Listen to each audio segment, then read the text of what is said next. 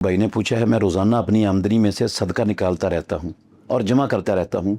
महीने बाद फिर वो मैं मुख्तलिफ़ लोगों में बांट देता हूँ, तकसीम कर देता हूँ।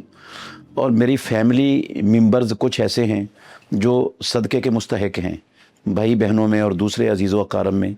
तो क्या मैं ये पैसे उनको दे सकता हूँ या इन पैसों में से कुछ पैसे उनको दे सकता हूँ? ये बड़ा अहम सवाल है। बहुत सारे लोगों के ज़हनों में आता है और वो इसका जवाब मालूम करना चाहते हैं।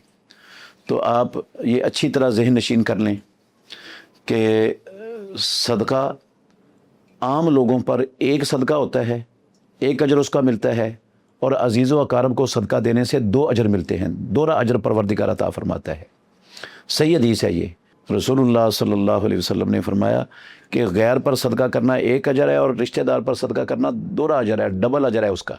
तो अगर आप ये सदका जो निकालते हैं, आपके अज़ीज़ व अक़ारब में, बहन भाइयों में वाक़यातन कोई मसाकीन के ज़ुमरे में आ रहे हैं, उनकी हलाल आमदन से उनके जायज़ घर के अखराजात पूरे नहीं होते, औलाद उनकी ज़्यादा है और आमदन कम है, तो आप अगर ये सारे का सारा सदका भी उनको देना चाहें तो दे सकते हैं और आपको इसका उनको देने का अजर ज़्यादा मिलेगा आम लोगों को देने की बनिस्बत।